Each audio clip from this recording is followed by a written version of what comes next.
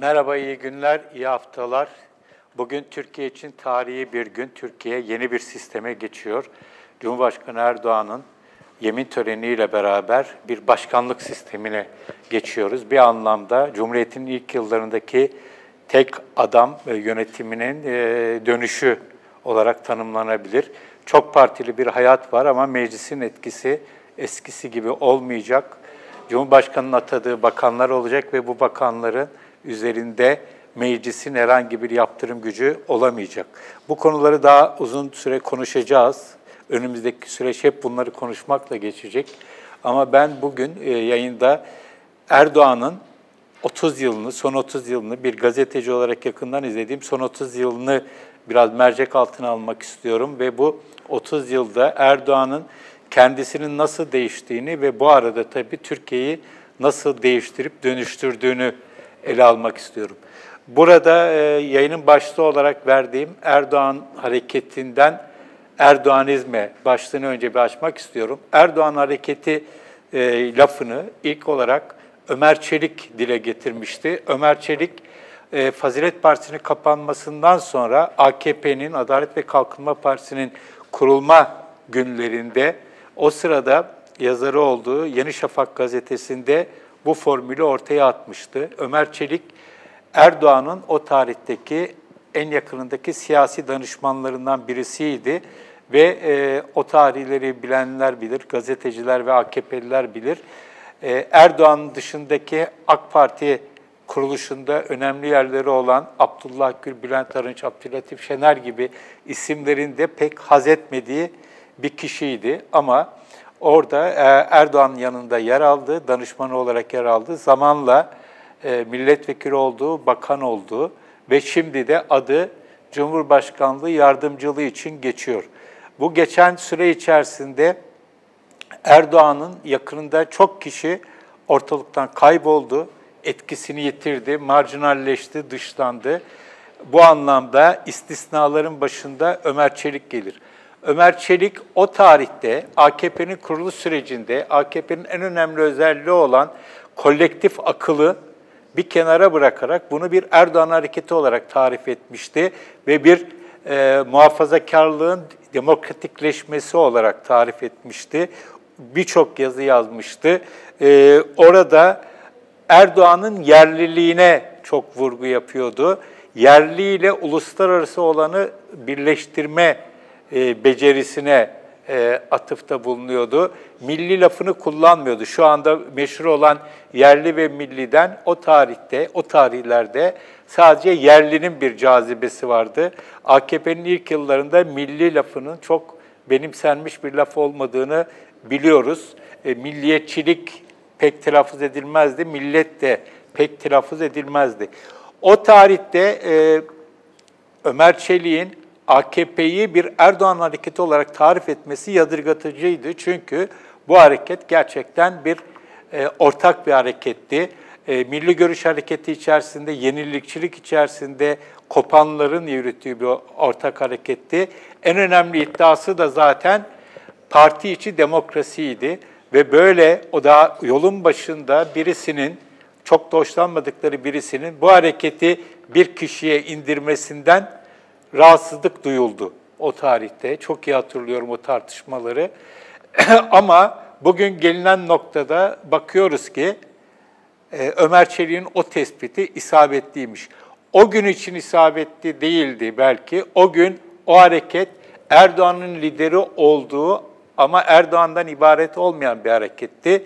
Ama bugün geldiği noktada Erdoğan'ın o kolektiviteyi oluşturan unsurların büyük bir kısmını etkisizleştirdiği bir yaklaşık 20 yıl diyelim, 20 yılda etkisizleştirdiğini ve tek kişi olarak kendisinin sivrildiğini görüyoruz.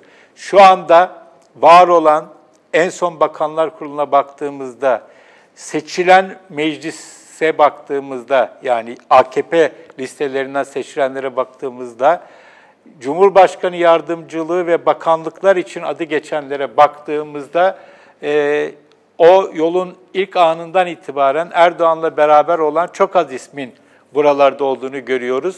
Büyük bir kısmı artık siyasi yönü değil de teknik yönüyle temayüz eden kişiler olduğunu görüyoruz.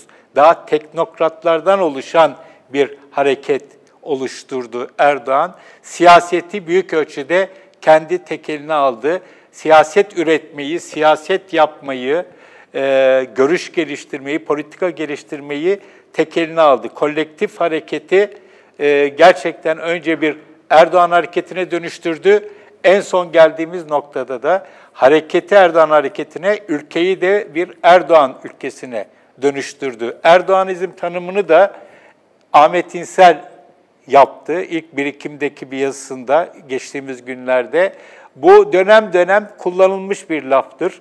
Ama daha çok harekete verilen, AKP hareketine verilen bir addı Erdoğancılık ya da daha amiyane tabiriyle reisçilik.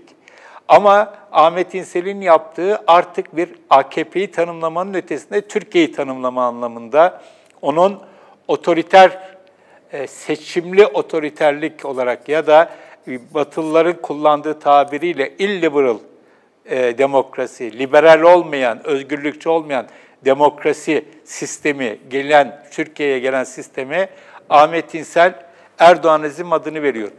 Baştan böyle miydi? Değildi. Kimileri bunu bütün bu yaşanan süreci Erdoğan'ın zamanında Milliyet Gazetesi'ne Nilgün Cerrahoğlu'na verdiği bir söyleşideki demokrasi tramvay gibidir, istediğimiz durakta ineriz sözüyle özetlemeye çalışıyorlar. Yani Erdoğan'ın demokrasiyi kullanıp kendi otoriter yönetimini inşa ettiği iddiasındalar. Ama dönüp bakıldığında bunu söylemek kolay ama bütün bu süreç içerisinde özellikle 16 yıl ya da son 20 yıl içerisinde öykünün böyle olmadığını görüyoruz. Çok inişli çıkışlı bir öykü var. Demokrasiyle, temel hak ve özgürlüklerle, Kürt sorunuyla kurulan ilişki sürekli değişiyor. Kadrolar sürekli değişiyor. Söylemler sürekli değişiyor. İttifaklar sürekli değişiyor. Değişmeyen tek şey Erdoğan'ın liderliği. Erdoğan'ın liderliği değişmediği gibi giderek güçleniyor. İktidarını paylaşma olayı ortadan kalkıyor. İktidarı tek eline alıyor. İktidarı tek eline aldığı ölçüde hem güçleniyor hem de bir krize giriyor. Şu anda Türkiye'de yaşanan Erdoğanizm diye bir sisteme geçtiysek, Ahmet İnsel'in tabiriyle ki ona benziyor, doğru olduğunu kabul etmemiz gerekir. Bu Erdoğan'ın da krizini ve Türkiye'nin de krizini beraberinde getiriyor. Geçen süre içerisinde neler oldu? Öncelikle aklımızda tutmamız gereken husus, Erdoğan'ın Erbakan'a karşı bir isyanla ortaya çıktığı gerçeği ve tarihi bir anlamda tekerrür ediyor.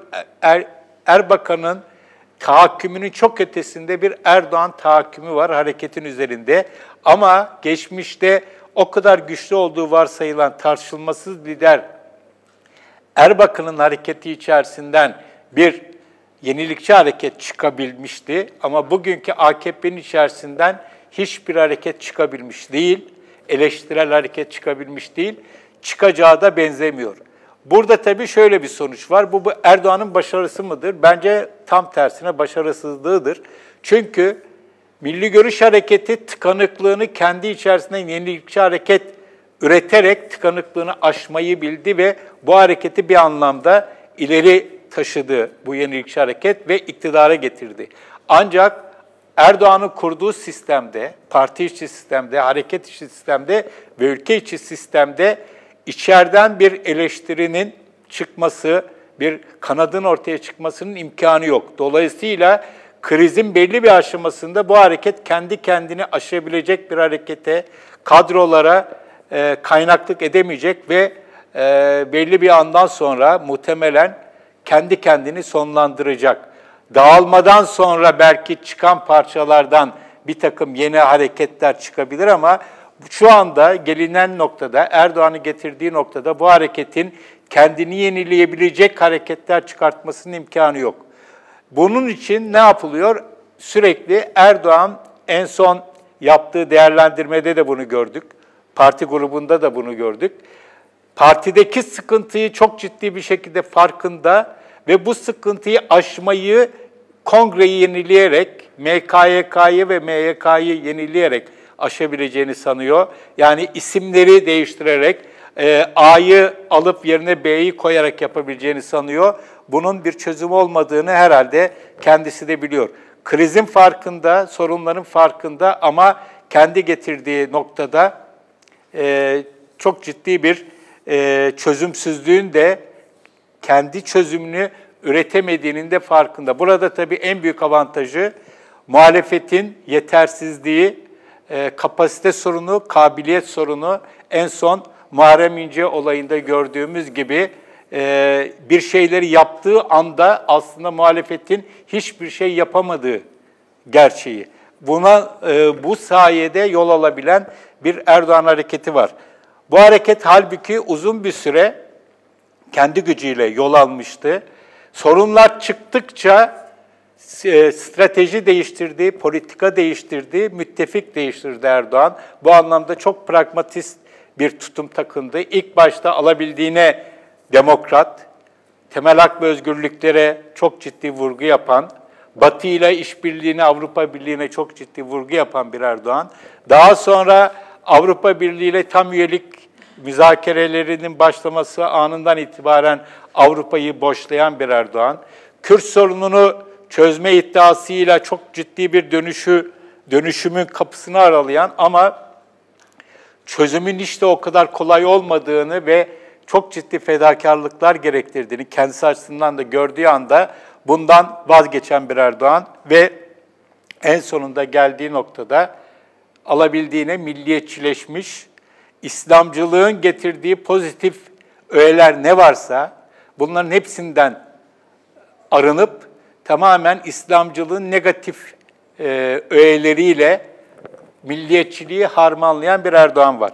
Bu noktada 94 yerel seçimlerinin hemen ardından kaleme aldığım Ne Şeriat Ne Demokrasi Refah Partisi'ni anlamak kitabımdan bir alıntı yapmak istiyorum. Onun sonuç bölümünden. Daha o tarihte Erdoğan yeni seçilmişti, Melih Gökçek yeni seçilmişti ve Refah Partisi'nde Yenilikçi Hareket yeni ortaya çıkmıştı.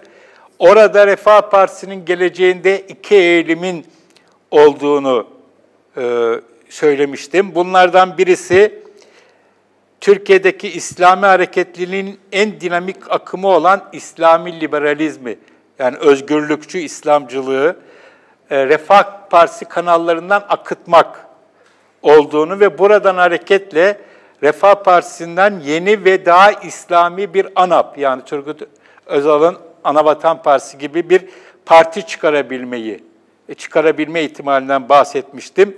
Bunun temsilcisi olarak da Erdoğan'ı düşünüyordum o tarihte ki AKP'nin ilk yılları bence buna delalet etmiştir. Özgürlükleri öne alan ama muhafazakar kimliğinden de vazgeçmeyen Yalçın Akdoğan'ın tanımladığı şekliyle ki AKP'nin resmi tanımıydı bu, kendileri de benimsediler, muhafazakar demokrat bir çizgi. Bunun karşılığında Erdoğan'ın bu yapabileceği, başını çekebileceği bu hareketin karşısında Melih Gökçek'in bir başka akımın başını çekebileceğini söylemiştim 94 yılında. O da tüm sağ partilerin milliyetçi muhafazakar kanatları, Erdoğan'ın globalleşmeyi gözeten liberal kentli stratejisinin karşısına Gökçek'in İç ve Doğu Anadolu'daki ezan bayrak duyarlılığını gözeten faşizan taşralı stratejisi.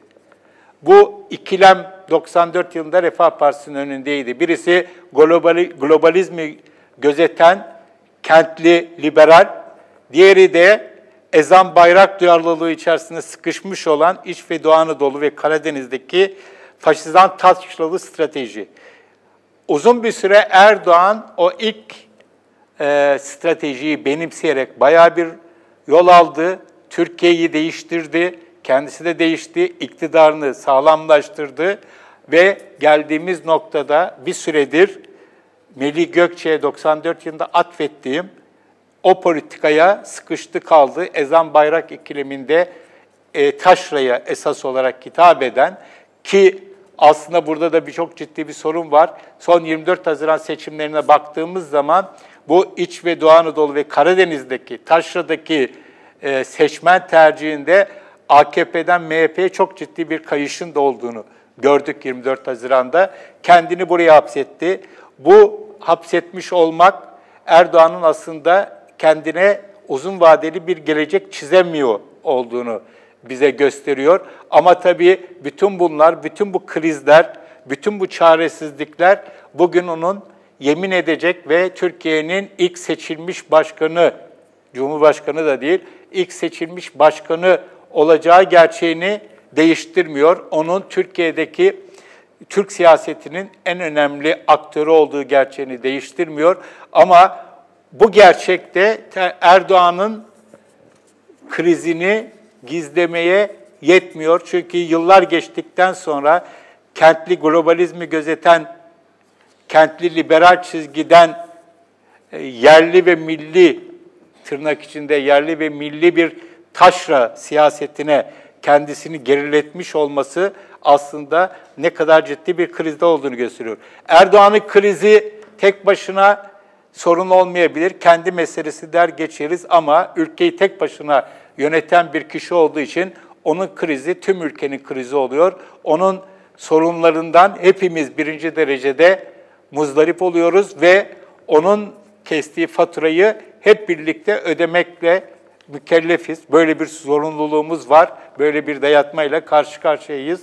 Buradan ben ona oy vermedim, benim ödeyecek hiçbir faturam yok diyebilme şansını da hiç kimseye tanımıyor. Böyle bir durumdayız. Yeni bir dönem başlıyor. Erdoğanizm dönemi başlıyor. Yepyeni bir sistem başlıyor. Bu sistemde her şey giderek daha da zorlaşacak. Bu belli. Gazetecilik yapmak da zorlaşacak. Ama zorluklara rağmen insanlar hala demokrasiyi, temel hak ve özgürlükleri, hukuk devletini pekala, barışı pekala savunabilirler, savunmalılar. Söyleyeceklerim bu kadar. İyi günler.